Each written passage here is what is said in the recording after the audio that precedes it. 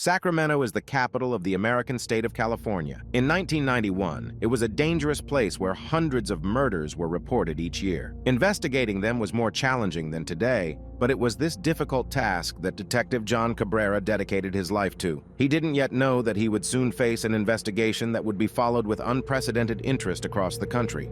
On March 7th, he was called to a very quiet neighborhood, mainly inhabited by retirees. The victim was 58-year-old Philip Inhofer. Philip was a former military man who had been working at the McClellan Air Force Base as a civilian. His son, Henry Inhofer, called the police. Henry was called by his father's boss, informing him that his father hadn't shown up for work. As a former military man, Philip rarely ever showed up late, let alone failed to show up at all. Hence, Henry immediately went to find out what had happened. He discovered the body in a small storage room. It was a horrifying sight. Philip was naked and lying face down, covered in blood. His head was tightly wrapped in a white plastic bag.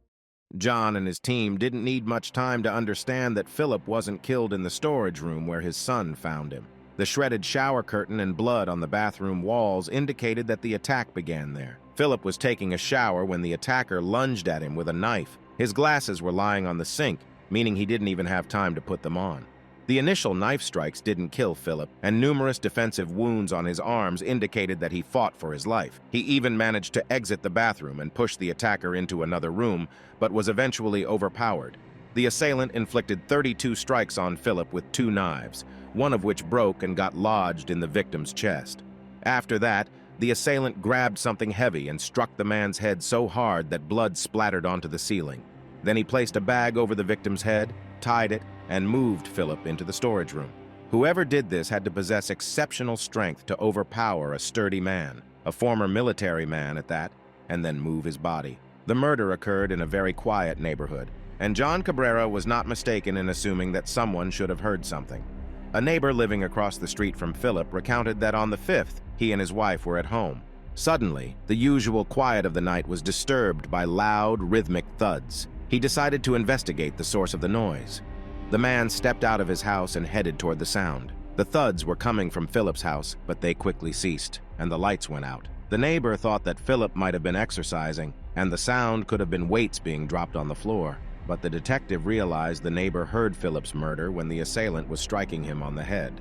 Therefore, the crime took place late at night on the 5th, around midnight. However, the motive for the crime remained unclear. It was unlikely to be a robbery since none of the drawers in the house were pulled out, and all the valuable items were left untouched. A possible clue was provided by Henry. He noticed that his father's car was missing. It was a Mercedes, always parked under the carport at home, with an original license plate with the numbers 36. Could the car have been the motive for the crime? Another thing in the victim's house drew attention. There was a note on the bedside table in the bedroom with a phone number and the name Jade Cabading. Obviously, Jade played some role in the victim's life if Philip carefully kept her number. However, none of the man's relatives and friends had ever heard of her. Who could this mysterious woman be, whom he kept hidden from everyone? In this matter, there were far more questions than answers. Any investigator knows that how a person lived often gives a clue as to how they died. That's why John began to study the victim's personal life. There were no reasons to suspect the man's family. Henry didn't often see his father while growing up because he was a military man, stationed in Korea, then Vietnam, then Thailand. But when Philip retired and moved to Sacramento, it allowed the men to develop their relationship. Philip lovingly cared for his son and granddaughter, spending a lot of time with them. He was a very gentle, kind, generous man, always ready to help. However, even though he led a quiet life, Philip Inhofer wasn't a recluse and enjoyed spending time with colleagues, attending square dancing. Then it wasn't enough for him, and he decided to add some vibrant colors to his life. He bought a red Mercedes, but he didn't stop there. For some reason, he was attracted to girls who worked in the escort industry. Henry learned about this when he found the corresponding brochure in his father's house. The police began to understand that the name on the bedside table might be related precisely to this aspect of the victim's life. John asked around the streets of the city, but no one knew anything about Jade Cabading. While studying Philip's phone calls, John Cabrera noticed that one number had no relation to the victim. So he simply dialed that number and directly asked the man who answered what his phone was doing on the call list of the deceased person. Additionally, he inquired if the man knew Jade Cabading. The man indeed recalled a girl named Jade. He had given her a ride when her car got stuck during a storm. She used his phone to call someone in Sacramento to pick her up and retrieve her Mercedes. Jade also mentioned to him that she worked at Mustang Ranch. John realized that he had finally stumbled upon a trail of the mysterious stranger. The witness not only linked Jade to the missing Mercedes, but also provided John with a clue to where she worked. Mustang Ranch was a legal brothel in the USA. It was located in Nevada and was considered a highly popular yet controversial place. With a copy of the girl's driver's license and her photo, John was able to identify her real name.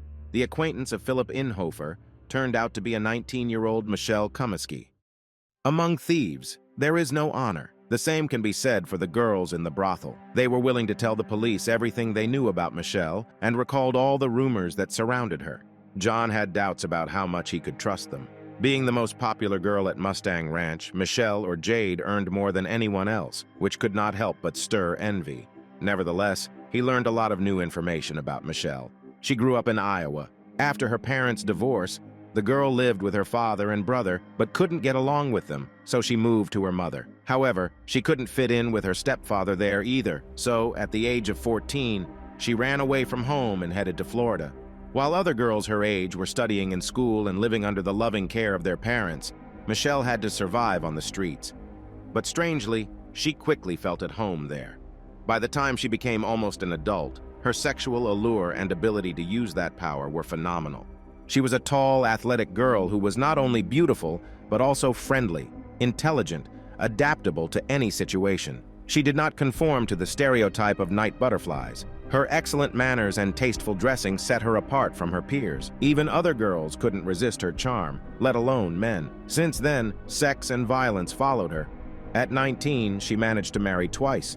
Rumors among the girls at the Mustang Ranch were that she threw a radio into her first husband's bath to electrocute him, although the police found no evidence of this. Her second marriage was even more interesting but shorter. She married a young soldier in Hawaii. Out of the blue, the young man fell ill severely, catching the attention of his commander, who demanded an investigation into the strange illness. Army investigators found a witness who saw Michelle adding rat poison to the food she prepared for her husband, but they couldn't interrogate the likely Black Widow. Michelle fled. The Army concluded that the young wife, seeking her husband's insurance payout, wanted to receive $30,000 from her husband's insurance. What's most surprising is that despite all that happened, her husband continued to claim that Michelle loved him and would never do such a thing to him. Anyway, it was precisely because of her work at the Mustang Ranch that Michelle met Philip Inhofer. She confessed to her friends that she liked Philip and that he could be her ticket to a normal life. She spent all her free time with him. They saw each other for about 4 months, and in turn, the man increasingly fell under Michelle's charm. He bought her jewelry, clothes, and showered her with attention. For Michelle's sake, he even got rid of his beloved dog. At some point, he asked his son how much his Mercedes-Benz was worth. Henry didn't understand why his father decided to buy another car, simply because Michelle liked the Mercedes. He wanted to know how valuable the car was that she was so fixated on. So Michelle's past hinted at no prior crimes, but her former roommate became the key to the investigation. She revealed that on March 5th, the day of Philip's murder, she dropped Michelle off at the man's house in Sacramento. Additionally, the girl recalled how Michelle asked her to stop at a store, where she inquired with the clerk about the effects of rat poison on a person. As a result, establishing that Michelle was the last person to see Philip alive, John obtained a warrant for her arrest on March 25th. She lived 15 miles away from Sacramento, but when the police arrived, it turned out she had fled long ago. They and her friend vanished in the middle of the night, not even paying rent. John Cabrera knew that finding Michelle would not be easy, especially since she had a head start of a whole month. The detective contacted the FBI to put her on the National Wanted list. At the same time, he obtained the address of the warehouse rented by Michelle. The detective hoped to find crucial evidence there, maybe even the murder weapon. Unfortunately, nothing significant was found, only numerous boxes that allowed the police to learn more about the fugitive's hobbies. She created amazing things from stained glass and was a fan of Batman comic books. The girl had amassed a whole collection of photos and posters about bats in general and Batman in particular. Meanwhile, news of the 19-year-old beauty, wanted in connection with such a brutal murder, naturally caught the public's attention. But John understood that if he didn't come up with something, interest in her would soon fade. Years of work had taught the detective to interact effectively with the media. During an interview with a journalist, he realized how to keep the story afloat. She asked him to tell her about the suspect, and he confessed that he called her Batgirl. The journalist's eyes lit up. John realized that this was exactly what he needed. He explained to her that Michelle was a Batman enthusiast. So much so that she had tattoos of bats encircling her left arm and tattoos of bleeding bite marks on her neck. The journalist published an article about the fugitive known as Batgirl, and it spread like wildfire. Despite this, catching Michelle was not easy. Aware that the police were searching for a beautiful young woman, she always tried to stay in the company of others. At one point, she went to Los Angeles, where she was fortunate to join the team of a very famous boxer. In Vegas, there was a fight between Tyson and Ruddock, and being resourceful and sociable, Michelle easily mingled with the boxer's staff and even attended a party with them in Nevada. Then she headed to Phoenix, Arizona, where she danced in a strip club. In Phoenix, knowing that people were aware of the tattoo on her arm, she concealed it under another tattoo. She left the one on her neck because it was hidden under her hair. But every time another story about her appeared in the newspapers or on TV, she moved on, realizing she needed to keep moving. John's instincts hinted to him that she was heading to Florida, which he informed his colleagues about. She had always told her friends at Mustang Ranch that someday she would go to Miami. Apparently, she planned to reach Miami and then travel to some country in the Caribbean, perhaps the Bahamas, convinced she would never be found there. She was probably right, so finding her should be a top priority. More than a month passed, and despite the unwavering interest from the media and the public, John and his team were one step behind Batgirl until luck finally favored the police. On May 7th, Michelle and her friend, whom she met in Phoenix, pulled over in a rented van at a parking lot in Mississippi to have a snack, unaware that the van's door was slightly ajar, revealing the Mercedes parked inside that gleamed in the light. However, a police officer sitting across the road noticed it. He approached intending to warn the driver, but was drawn to the silver-colored Mercedes-Benz parked inside the van without license plates. Michelle explained she was just transporting the car. She probably didn't know that every car has a VIN number. The officer checked the car's VIN number and, of course, discovered it was the vehicle involved in the brutal murder in Sacramento and was being sought. Both women were arrested. Michelle's new friend didn't even know her as Michelle. She knew her as Julie Nelson. She was quickly released. As for Michelle, John Cabrera had found the suspect and the car directly linking her to the death of Philip Inhofer. But without the murder weapon and forensic evidence, proving her involvement in the murder in court would be difficult. What was needed was a confession. Therefore, he flew to Mississippi as quickly as possible. He introduced himself to the girl, read her rights, and provided her with the opportunity to demand a lawyer, but she decided to answer his questions. Michelle said, "I caused pain to the man I loved," and then began her story. On that day, March 5th, her friend dropped her off at Philip's place.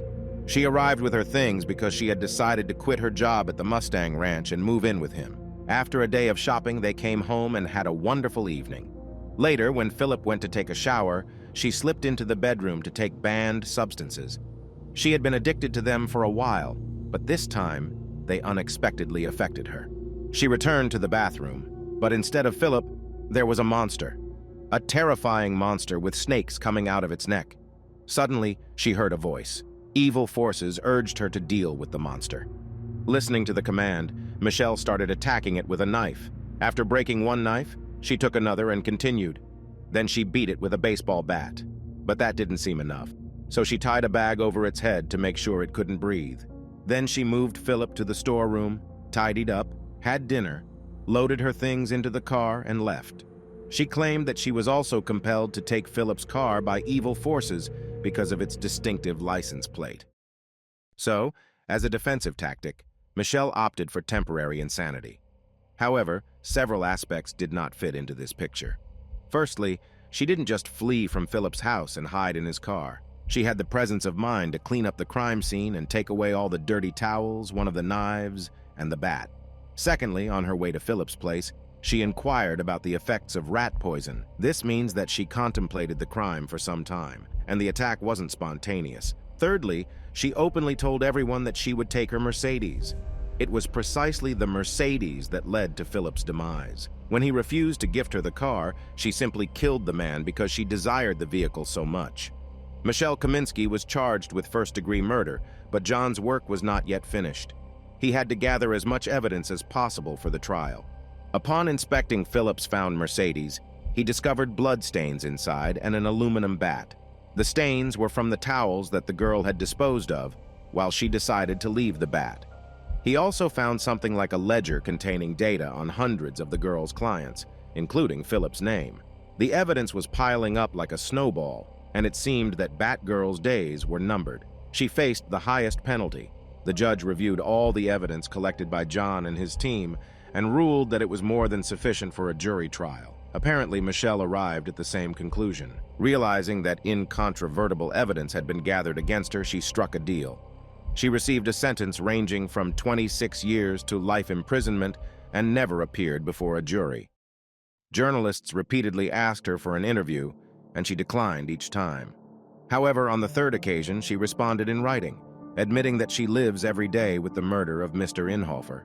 Days pass, and she feels an increasing understanding and respect for his life, making her sorrow deepen.